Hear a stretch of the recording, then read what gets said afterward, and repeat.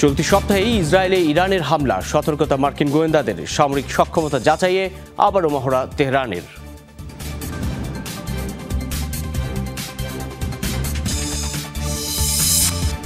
রাশিয়ার প্রায় 1000 বর্গ কিলোমিটার এলাকা ইউক্রেনের দখলে 28টি গ্রামের নিয়ন্ত্রণ হারিয়েছে মস্কো। দাঁত ভাঙা জবাব দেওয়ার হুমকি পুতিনের। চিকিৎসককে ধর্ষণ ও হত্যার অভিযোগে উত্তাল পশ্চিমবঙ্গ। কর্মবিরতিতে স্বাস্থ্যকর্মীরা, ক্ষোভ ছড়িয়েছে দিল্লি সহ অন্যান্য রাজ্যেও।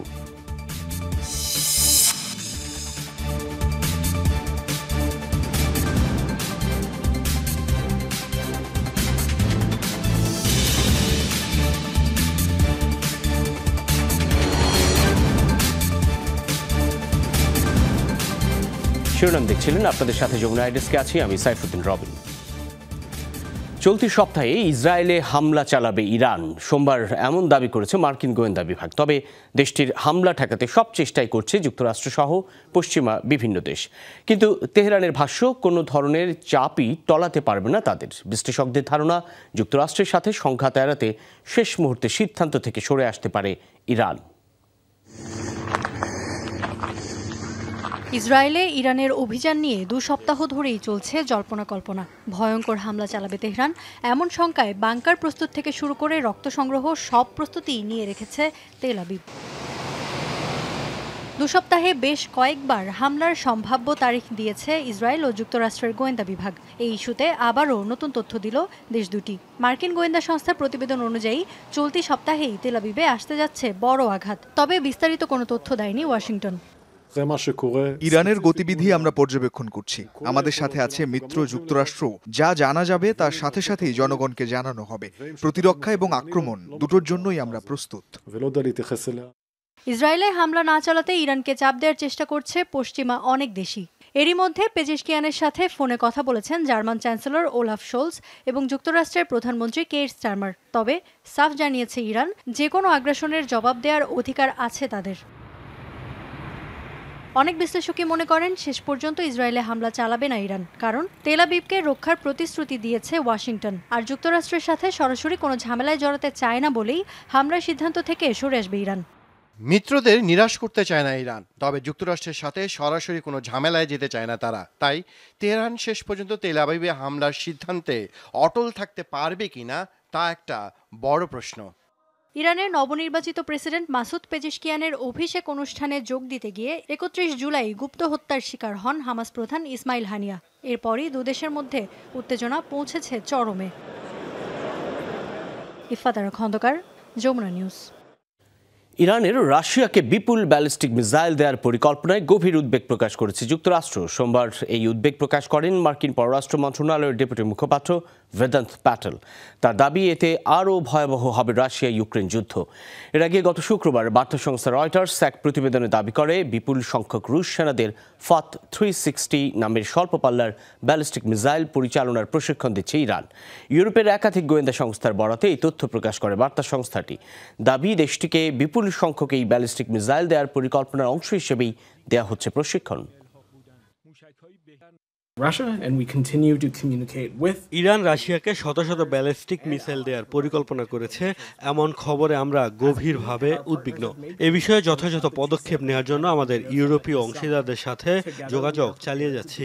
এ বিষয়ে আমরা একমত যে ইরান মিসাইল সরবরাহ করলে আমরাও তাদের বিরুদ্ধে উপযুক্ত পদক্ষেপ নেব। ইসরায়েলের সাথে চলমান উত্তেজনার মধ্যেই সামরিক সক্ষমতা যাচাই করল ইরান। আবারও মহড়া করেছে দেশটির বিপ্লবী গার্ড বাহিনী। তেল আবিবের সাথে পুরোদস্তুর যুদ্ধে জড়াতে প্রস্তুত তেহরান, এমনটাই হুমকি IRGCর। যদিও হামলা প্রতিরোধে সতর্ক অবস্থানে তেল আবিব। মিত্র ইসরায়েলকে সুরক্ষা দিতে আবারও কৌশলগত চাল যুক্তরাষ্ট্রের। উত্তপ্ত মধ্যপ্রাচ্য, ইসরায়েলি ভূখণ্ড জুড়ে বাজছে সাইরেন। যে কোনো সময় ইহুদি রাষ্ট্রটিতে হামলা চালাতে পারে আরব বিশ্বের অন্যতম পরাশক্তি ইরান। চলমান এই উত্তেজনার মাঝেই সব সংকোচ আর ভয়ভীতি উড়িয়ে দিয়ে আরও একবার সামরিক সক্ষমতা প্রদর্শন করল তেহরান। পশ্চিমাঞ্চলে মহড়া অনুষ্ঠিত হয়েছে বিপ্লবী গার্ড বাহিনী IRGCর। 5 দিনব্যাপী এই মহড়ায় নিজেদের সামরিক সক্ষমতা যাচাই করেছে দেশটির সবচেয়ে শক্তিশালী বাহিনীটি। এদিকে সর্বাত্মক যুদ্ধের প্রস্তুতি নিচ্ছে ইসরায়েলও। ইরানের হামলা মোকাবিলায় প্রস্তুত আছে তেল আবিব। এমনটাই দাবি দেশটির প্রতিরক্ষা মন্ত্রীর। ইসরায়েল সতর্ক ও প্রস্তুত আছে। তেহরানের পাশাপাশি বৈরুতের হুমকিও সত্য হতে পারে। সবাইকে এটা বুঝতে হবে, তেল আবিব ভীতু সন্ত্রস্ত নয়, প্রস্তুত আছে। এর আগে মিত্র তেল আবিবের সুরক্ষায় মধ্যপ্রাচ্যে গাইডেড মিসাইলবাহী সাবমেরিন মোতায়েনের নির্দেশ দেয় ওয়াশিংটন। শুধু তাই নয়, মার্কিন এয়ারক্রাফট ক্যারিয়ারকেও দ্রুত গতিতে মধ্যপ্রাচ্যে যাওয়ার নির্দেশ দেয় যুক্তরাষ্ট্র, যেখানে আছে F-35 এর মতো যুদ্ধ বিমান। অনিক রহমান, যমুনা নিউজ। লেবাননে হামলা অব্যাহত রেখেছে ইসরায়েল। মঙ্গলবার টেলিগ্রামে দেশটির বিভিন্ন স্থানে হামলার ভিডিও প্রকাশ করেছে ইসরায়েলের সামরিক বাহিনী IDF। দাবি, লক্ষ্য ছিল সশস্ত্র সংগঠন হিজবুল্লাহর নজরদারি পোস্ট সহ বিভিন্ন স্থাপনা। IDF জানায় কেফার কেলাম, মারওয়াহিন ও মেইসাল জাবাল এলাকায় হয়েছে এসব হামলা। গাজায় আগ্রাসন শুরুর পর থেকে হামলা পাল্টা হামলায় উত্তপ্ত ইসরায়েল লেবানন সীমান্ত। এমনকি লেবাননের রাজধানী বৈরুতেও হামলা চালিয়েছে ইসরায়েল। সম্প্রতি আক্রমণের মাত্রা বাড়িয়েছে দুপক্ষই। গাজায় ইসরায়েলি বাহিনীর বর্বর হামলা চলছেই। 24 ঘন্টায় প্রাণ হারিয়েছেন অর্ধশত ফিলিস্তিনি। খান ইউনিসে রাতভর বিমান হামলা চালিয়েছে সেনারা। বিধ্বস্ত হয়েছে আবাসিক ভবন। এ পর্যন্ত 10 জনের মৃত্যু হয়েছে। মাগাজি শরণার্থী শিবিরেও তাণ্ডব চালিয়েছে ইসরায়েলি বাহিনী। হতাহতের খবরও পাওয়া গেছে। গাজা সিটির বিভিন্ন এলাকায় অব্যাহত রয়েছে হামলা। শেখ রেদওয়ান অঞ্চলে বোমা বর্ষণে প্রাণ গেছে 2 জনের। আহত অন্তত 6 জন। গত কয়েকদিন ধরে খান ইউনিসের বিভিন্ন এলাকা থেকে ফিলিস্তিনিদের সরে যাওয়ার নির্দেশনা দিলেও অনবরত হামলায় সুযোগ দিচ্ছে না যাতায়াতের। 10 মাস ধরে চলমান ইসরায়েলি আগ্রাসনে গাজায় প্রাণহানি দাঁড়িয়েছে 40,000-এর কাছাকাছি। রাশিয়া সফর করছেন ফিলিস্তিনের প্রেসিডেন্ট মাহমুদ আব্বাস। সোমবার স্থানীয় সময় সন্ধ্যায় মস্কো পৌঁছান তিনি। সফরের প্রথম দিন ইউক্রেন যুদ্ধে প্রাণ হারানো অজ্ঞাত সেনাদের সমাধিতে ফুল দেন প্রেসিডেন্ট আব্বাস। মঙ্গলবার রুশ প্রেসিডেন্ট ভ্লাদিমির পুতিনের সাথে সাক্ষাতের কথা রয়েছে ফিলিস্তিনের প্রেসিডেন্টের। মধ্যপ্রাচ্য পরিস্থিতি ও গাজায় ইসরায়েলি আগ্রাসন নিয়ে দুজনের মধ্যে হবে আলোচনা। পরিস্থিতি সামাল দিতে ফিলিস্তিন রাশিয়ার সহযোগিতা চায় বলে জানিয়েছেন দেশটিতে নিযুক্ত ফিলিস্তিনি রাষ্ট্রদূত। এর আগে 2018 সালে বৈঠক করেছিলেন প্রেসিডেন্ট আব্বাস ও পুতিন। 6 বছর পর 2024-এ আবার দেখা হচ্ছে তাদের।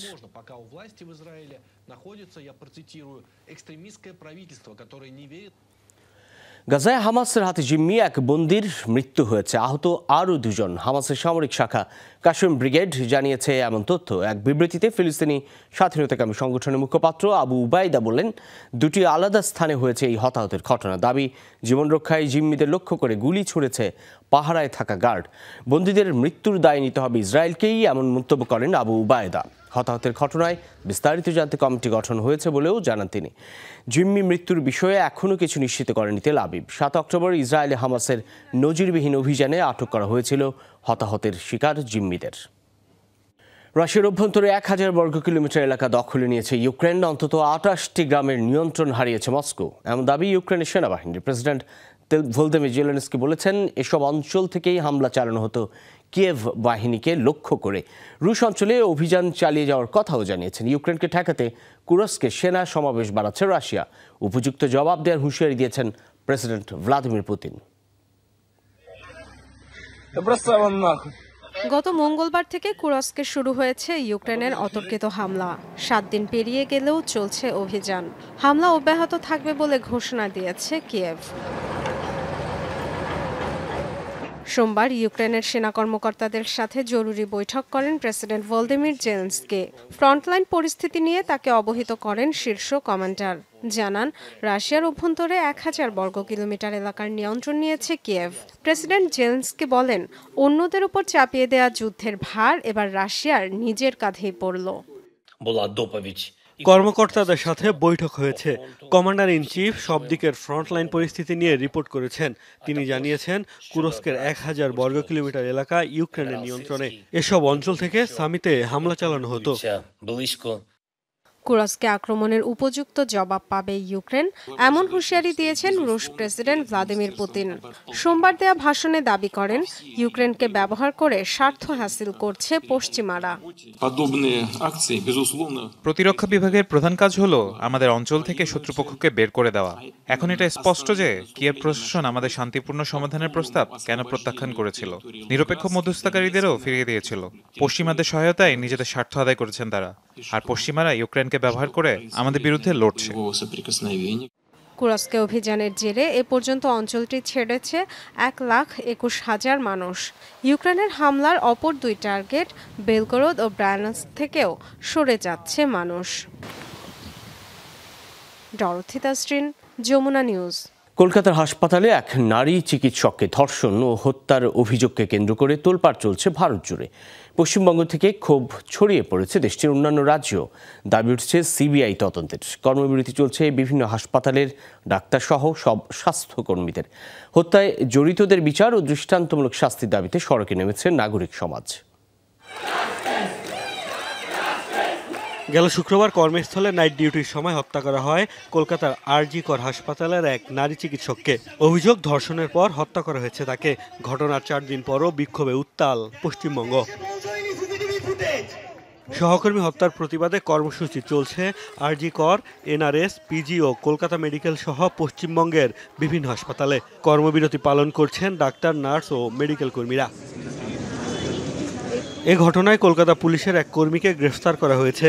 অভিযোগ উঠেছে নিরাপত্তা বাহিনীর বিরুদ্ধে তদন্তে অবহেলায়। বিক্ষোভকারীদের দাবি, এই ঘটনার সাথে বাকি জড়িতদের বাঁচাতে চলছে রাজনৈতিক তৎপরতা। আর তাই কেন্দ্রীয় গোয়েন্দা সংস্থা সিবিআই এর তদন্ত চান বিক্ষোভকারীরা। আমাদের দাবি, তদন্ত শেষ করে অবিলম্বে অপরাধীদের ধরতে হবে। এই ঘটনা নিয়ে অনেক ধরনের গুজব ছড়ানো হচ্ছে। পুলিশের উচিত জনগণের সামনে তদন্ত রিপোর্ট তুলে ধরা। আমরা বিচার চাই। একজন নারী ডাক্তারের সাথে এই ঘটনা ঘটেছে। তদন্তে আমরা কোনো রাজনৈতিক হস্তক্ষেপ চাই না। নিরপেক্ষ তদন্তের স্বার্থে আমরা সিবিআই তদন্ত চাই। এদিকে আরজি কর মেডিকেল কলেজের অধ্যক্ষ সন্দীপ ঘোষ চাপের মুখে পদত্যাগ করলেও 24 ঘন্টার মধ্যে তাকে আবারও কলকাতা মেডিকেল কলেজের দায়িত্ব দেয় নতুন করে ছড়ায় উত্তেজনা। পরে তাকে ছুটিতে যাওয়ার নির্দেশ দেন হাইকোর্ট। এটা খুব নক্কারজনক ঘটনা এবং খুবই বেদনাদায়ক ঘটনা। যেই জড়িত থাক তাকে ইমিডিয়েট শাস্তি দিতে হবে। আর রবিবার পর্যন্ত যদি তারা কুল কিনারা করতে না পারেন, কারণ ভেতরেও তো অনেকে আছে, তাহলে এই কেসটা আমরা আমাদের হাতে রাখবো না, আমরা সিবিআইকে দিয়ে দেবো। পশ্চিমবঙ্গ থেকে বিক্ষোভ ছড়িয়ে পড়েছে দিল্লি সহ অন্যান্য রাজ্যেও। বিক্ষোভে যোগ দিয়েছে বিভিন্ন শ্রেণী পেশার মানুষ। হাসপাতালের সেমিনার রুম থেকে গত শুক্রবার উদ্ধার করা হয় 31 বছর বয়সী ওই নারী চিকিৎসকের মরদেহ। অভিযোগ উঠেছে, নাইট ডিউটিতে থাকা অবস্থায় বিশ্রাম নিতে গেলে ধর্ষণের পর তাকে হত্যা করা হয়। পরে হত্যাকে আত্মহত্যা বলে চালিয়ে দেওয়ার অভিযোগ ওঠে হাসপাতাল কর্তৃপক্ষের বিরুদ্ধে। মোস্তফা মাহমুদ, যমুনা নিউজ।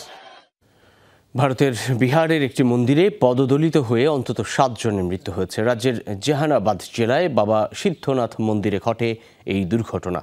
কর্তৃপক্ষ জানায়, নিহতদের মধ্যে 5 জন নারী ও 2 জন পুরুষ। এছাড়া সোমবারের এই ঘটনায় আহত হয়েছেন অন্তত 35 জন। পূজা উপলক্ষে রাতে মন্দিরটিতে জড়ো হয়েছিল বহু মানুষ। অনেকে মন্দির থেকে আগেভাগে বের হওয়ার চেষ্টা করলে শুরু হয় হুড়োহুড়ি। এতে ভিড়ের মধ্যে অনেকেই মাটিতে পড়ে যান। অভিযোগ উঠেছে, অপেশাদার স্বেচ্ছাসেবকরা ভিড় নিয়ন্ত্রণের দায়িত্বে থাকায় ঘটেছে হতাহতের ঘটনা। জো বাইডেনের চেয়েও অযোগ্য প্রার্থী কমলা হ্যারিস, এমন মন্তব্য করেছেন মার্কিন প্রেসিডেন্ট নির্বাচনে রিপাবলিকান প্রার্থী ডোনাল্ড ট্রাম্প। সামাজিক মাধ্যম এক্সে ধনকুবের ইলন মাস্ককে দেয়া বহুল প্রতীক্ষিত সাক্ষাৎকারে তিনি সমালোচনা করেছেন হ্যারিসের রানিং মেট টিম ওয়ালজেরও। ডোনাল্ড ট্রাম্পের দাবি, পুতিন তাকে সম্মান করেন, কাজেই তিনি ক্ষমতায় থাকলে রাশিয়া ইউক্রেনে হামলা চালাতো না। ট্রাম্প কথা বলেন তার উপর হওয়া হামলা সহ বিভিন্ন ইস্যুতে। সাইবার হামলার কারণে নির্ধারিত সময়ের চেয়ে 40 মিনিট পর শুরু হয় আলোচিত এই সাক্ষাৎকার। চলে 2 ঘন্টা। এক্স কর্তৃপক্ষের দাবি, 10 লাখের বেশি মানুষ শুনেছে ট্রাম্পের সাক্ষাৎকার। আমি এটাই বলতে চাই যে আমরা আবারও ডেমোক্রেটদের শাসন পেতে চাই না। কমলা হ্যারিসকেও চাই না। তিনি অযোগ্য, তিনি বাইডেনের চেয়েও খারাপ। আবারও গাজা ইস্যুতে জরুরি অধিবেশন আয়োজন করেছে জাতিসংঘের নিরাপত্তা পরিষদ। ইসরায়েলের ভয়াবহ হামলায় গাজা সিটির স্কুলে শতাধিকের মৃত্যুর পর ডাকা হয় বিশেষ এই বৈঠক। গত বছর 7 অক্টোবর গাজায় তেল আবিবের অভিযান শুরুর পর এই ইস্যুতে জাতিসংঘের 24তম বিশেষ অধিবেশন এটি।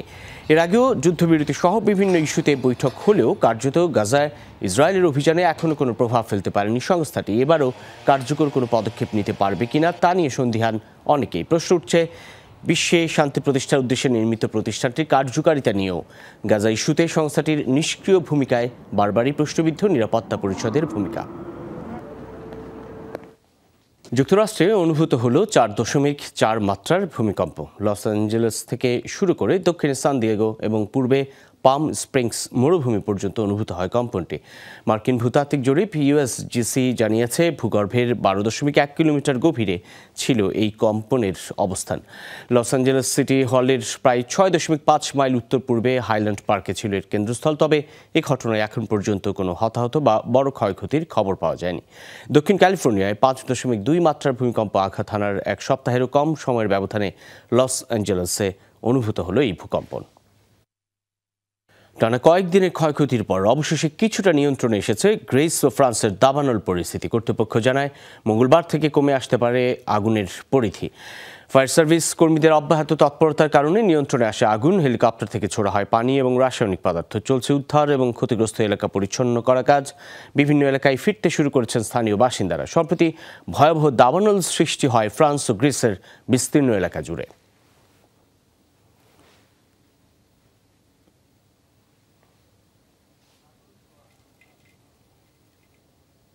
যমুনা ডেস্ক এ পর্যন্তই। এতক্ষণ সাথে থাকার জন্য ধন্যবাদ সকলকে।